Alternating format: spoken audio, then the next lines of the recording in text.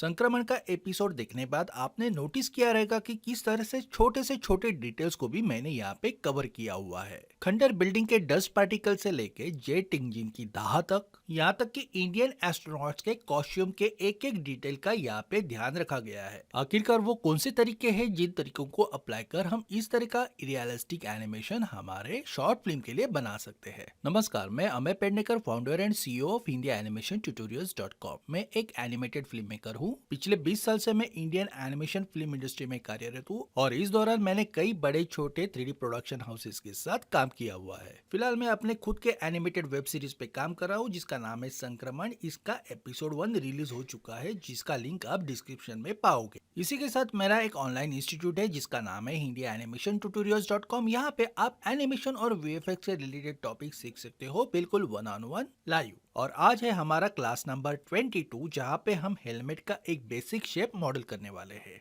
एक बार इसकी टेक्निक पता चलने बाद आप एक कॉम्प्लेक्स हेलमेट भी क्रिएट कर सकते हो जिस प्रकार से हमने संक्रमण के लिए एक हेलमेट मॉडल किया था। तो चलो दोस्तों, आज की क्लास शुरू करते हैं। Class number 22, helmet modelling.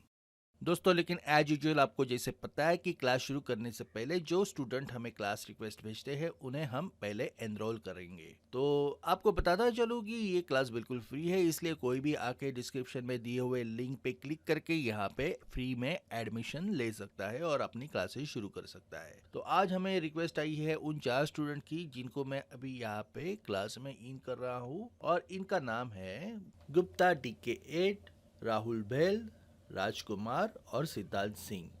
आप सभी का हिंदी एनिमेशन ट्यूटोरियल के फ्री क्लासेस में स्वागत है।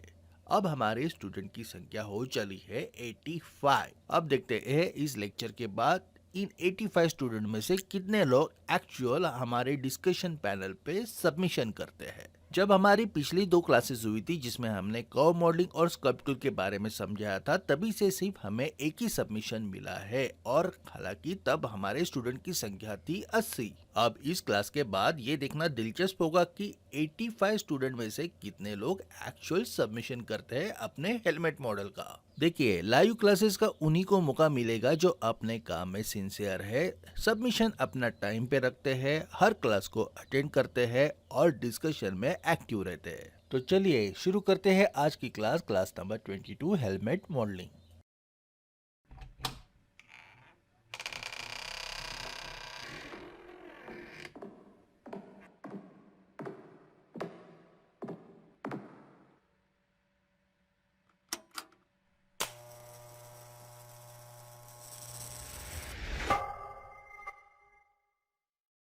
इस वीडियो ट्यूटोरियल में पॉलीगॉन ऑप्टिमाइजेशन और सबडिवीजन के बारे में जान लेंगे। ये मॉडलिंग के सबसे महत्वपूर्ण फीचर्स है क्योंकि काम करते वक्त हमें पॉलीगॉन काउंट्स लो रखने होते हैं और इसके साथ ही मॉडल का शेप मेंटेन रखना होता है और सब डिवीजन के मदद से ये दोनों चीजें हम हासिल कर सकते हैं। तो ये प्रैक्टिकली समझाने के लिए हम यहाँ पे एक हेलमेट मॉडल आउट करेंगे। तो मैं पॉलीगॉन शेल्फ में से इस क्यूब आइकॉन पे क्लिक करता हूँ और इस क्यूब को प्रोपोर्शनली क्रिएट करने के लिए ड्रॉ करते समय मैं कीबोर्ड पे कंट्रोल और शिफ्ट होल्ड करके रखता हूँ और कीबोर्ड पे X की प्रेस एंड होल्ड कर इस क्यूब को centre of the grid place करता हूं।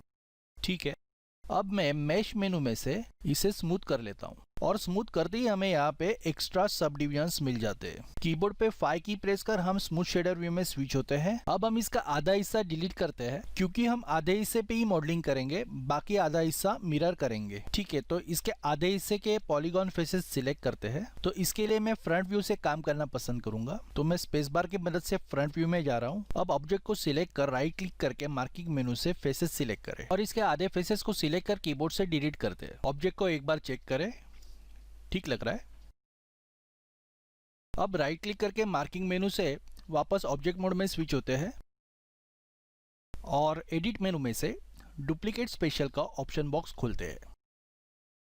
यहाँ के सेटिंग्स पहले मैं रीसेट करता हूँ और ज्योमेट्री टाइप में इंस्टेंट सिलेक्ट करता हूँ क्योंकि हमें ऑब्जेक्ट के साथ उसके कंपोनेंट्स को भी कॉपी करना है और ऑब्जेक्ट को मिरर करने के लिए मुझे यहाँ पे स्केल -1 करना होगा और वो भी X एक्सेस में। तो जैसे मैंने आपको पिछले लेक्चर में बताया था कि ये जो पहला कॉलम है वो X रहता है, तो यहाँ पे मैं -1 कर लेता हूँ और फिर अप्लाई कर देखता हूँ। ठीक है, दिखने के लिए तो ये पूरा ऑब्जेक्ट लग रहा है, परंतु सच्चाई ये है कि ये आधा ही ऑब्जेक्ट है। तो फिर इस पे राइट क्लिक कर मार्किंग मेनू से इसके वर्टेसेस सिलेक्ट करते हैं, और जैसे ही हम इस सिलेक्टेड वर्टेस को मूव करते हैं तो इसका मिरर पोर्शन भी रियल टाइम मूव होते हुए हमें दिखाई देता है। इसका मतलब ये है कि अभी तक तो हम बिल्कुल सही जा रहे हैं। अब मैं वापस ऑब्जेक्ट मोड स्विच हो जाता हूँ और हम यहाँ पे इस ऑब्जेक्ट को हेलमेट के एक बेसिक शेप में ढालने की कोशिश करते हैं। अब मैं स्पेस बार टैप करता हूँ और एक बार यहाँ पे स्पेस बार टैप करता हूँ। अब हमें यहाँ पे ऑब्जेक्ट के वर्टेसेस सिलेक्ट करने हैं और इन जनरल हमें साइड व्यू से हेलमेट कैसे दिखाई देता है उस आधार से हमें यहाँ पे एक शेप बनाना है। अब यहाँ पे आपका जनरल ऑब्जर्वेशन होना भी बहुत जरूरी है, क्योंकि आपको पता होना चाहिए कि प्रोफाइल व्यू से हेलमेट कैसे दिखाई देता है। और यहाँ पे और एक महत्वपूर्ण बात पे ध्यान दीजिएगा, प्रोफाइल व्यू में काम करते वक्त किसी भी साइड व्यू पैनल में स्विच होना बेहद जरूरी है। जैसे हम यहाँ पे राइट व्यू पैनल में से काम कर रहे हैं। ठीक है, अब हम इस बेसिक शेप को पर्सपेक्टिव व्यू में से चेक करते हैं। साइड से तो ये ठीक लग रहा था, परंतु सामने से ये थोड़ा विड्थ में ज्यादा लग रहा है, तो मैं फ्रंट व्यू में से इसे थोड़ा एडजस्ट करता हूँ।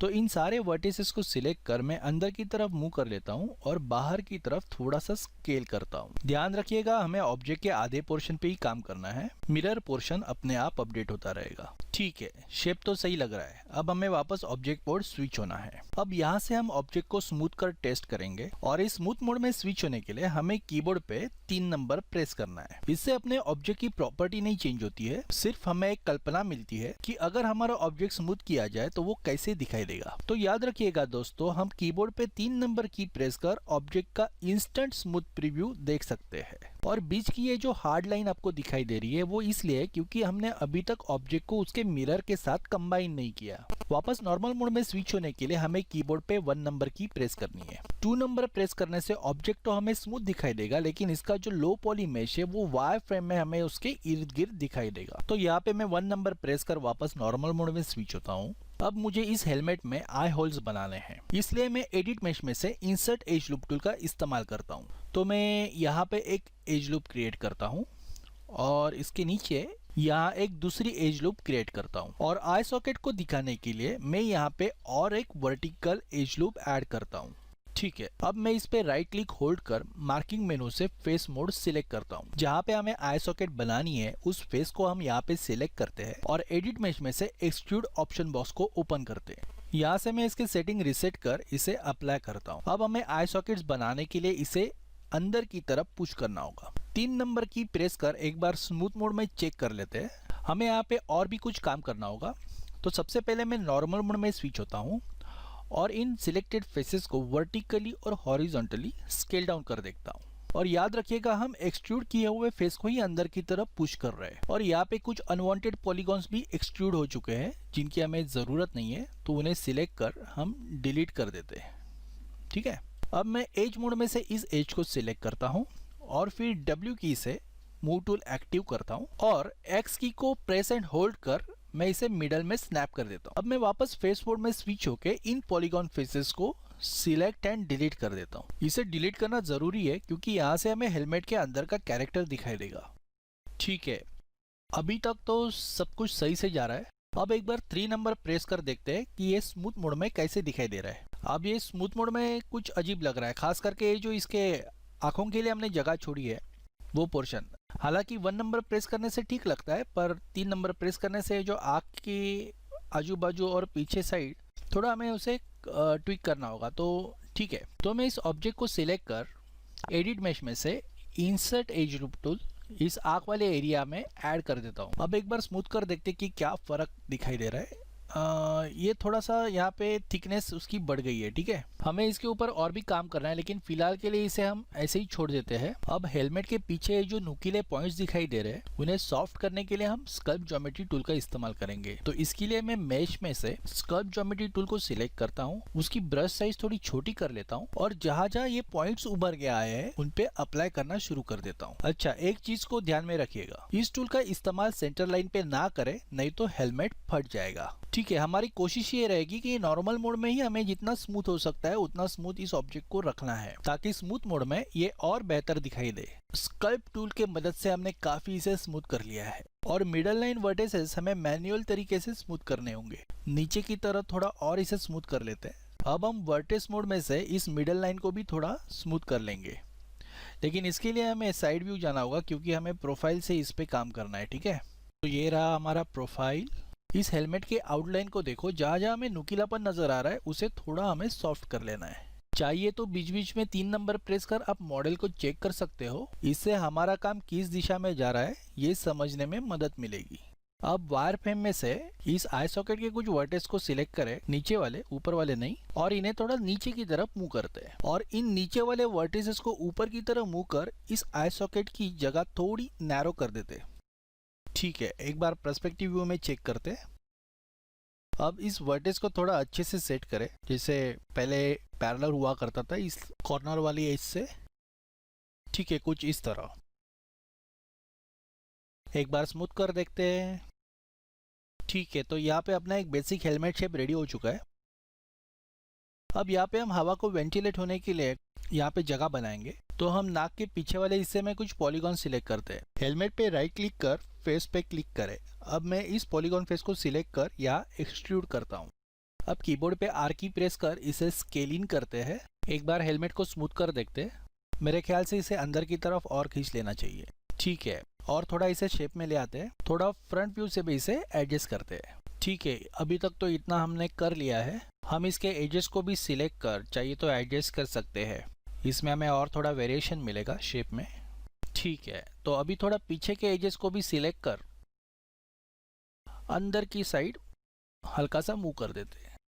अगर हम नॉर्मल मोड में देखेंगे तो थोड़ा अजीब लगता है, पर सॉफ्ट मोड में ये ठीक ठाक लग रहा है। अब इसका जो आई सॉकेट का ऊपर की तरफ का हिस्सा है, इसके एजेस सिलेक्ट कर, मतलब वर्टेसेस, उसको उनको नीचे की तरफ मूव करते। ओके, अब इन पीछे के साइड के वर्टेसेस को अकॉर्डिंगली एडजस्ट करते हैं। ठीक है, तो इनको सिलेक्ट कर मैं थोड़ा ऊपर की तरफ उठा रहा हूँ। ठीक है, अब इस हेलमेट को उसके मिरर ऑब्जेक्ट के साथ मर्ज कर बीच की जो ये शार्प लाइन है इसे भी सॉफ्ट कर देते। इसके लिए हेलमेट को नॉर्मल मोड में ले आए। उसके बाद इन दोनों साइड्स को यहाँ पे सिलेक्ट कर ले और फिर मेश मेनू में से कंबाइन बटन पे क्लिक करें। अब जरा अपने फेस नॉर्मल चेक कर ले, क्योंकि जब भी कभी हम माइनस वैल्यू में स्केल करते हैं तो फेस नॉर्मल्स की भी उल्टी दिशा में चले जाने की संभावना बढ़ जाती है। तो मैं डिस्प्ले में से पॉलीगॉन को सिलेक्ट कर फेस नॉर्मल पे क्लिक करता हूँ। अभी यहाँ पे हम फेस नॉर्मल चेक कर सकते हैं। सारे फेस नॉर्मल सही दिशा में पॉइंट कर रहे हैं। ये सारे बाहर की तरफ पॉइंट होने चाहिए। तो यहाँ पे आप फेस नॉर्मल्स को डीएक्टिवेट करते हैं। अब मैं स्पेस बार की मदद से फ्रंट व्यू में स्विच होता हूँ। अब यहाँ पे वर्टेक्स मोड सिलेक्ट कर इन मिडल के सारे वर्टेसेस को हाईलाइट करते हैं। पर्सपेक्टिव व्यू में एक बार चेक करते हैं कि सारे वर्टेसेस सही से सिलेक्ट हो चुके हैं। 4 से वायर फ्रेम में चेक करें और स्मूथ शेडर के लिए वापस 5 दबा दें। अब ये सारे वर्टेसेस एक दूसरे के ऊपर प्लेस हो चुके हैं। मतलब आप किसी भी वर्टेसेस को सिलेक्ट करोगे तो दोनों में से एक सिलेक्ट होगा और मूव करने से ये यहाँ पे गैप दिखाई देगा। इसका मतलब जहाँ पे एक वर्टेक्स होना चाहिए था उसी जगह पे 2 वर्टेसेस साथ में है। तो हमें करना यह है कि इन 2 वर्टेसेस को एडिट मेश से मर्ज कर लेना है। तो मर्ज के ऑप्शन बॉक्स पे क्लिक करें। आप सोचते रहोगे कि पहले हम लोगों ने कंबाइन किया था तो वापस मर्ज क्यों करना पड़ रहा है। मर्ज इसलिए करना पड़ रहा है क्योंकि पहले जिसको हमने कंबाइन किया था वो सिर्फ एक मिरर इंस्टेंट था, जिसे कंबाइन करके हमने एक ऑब्जेक्ट बना लिया। अब हमारे पास 2 अलग अलग ऑब्जेक्ट्स है जिनके वर्टेसेस को मर्ज कर हमें उसका एक सिंगल ऑब्जेक्ट बनाना है। तो मर्ज होने बाद ये 2 वर्टेसेस का एक सिंगल वर्टेसेस होगा और इन 2 ऑब्जेक्ट्स का एक सिंगल ऑब्जेक्ट। तो इस प्रकार से यहाँ पे पॉलीगॉन ऑप्टिमाइजेशन का लेक्चर समाप्त होता है। अगर ये लेक्चर आपको यूजफुल लगा तो डेफिनेटली इस चैनल को सब्सक्राइब कर दीजिएगा। अब नेक्स्ट लेक्चर में हम और ज्यादा पॉलीगॉन मॉडलिंग को एक्सप्लोर करेंगे। यौन है। आप हिंदी में एनिमेशन सिखाने जा रहे हो? पहले मैं इसे लगा लेता हूँ, फिर एनिमेशन की बात करते हैं। ओके। लग गया।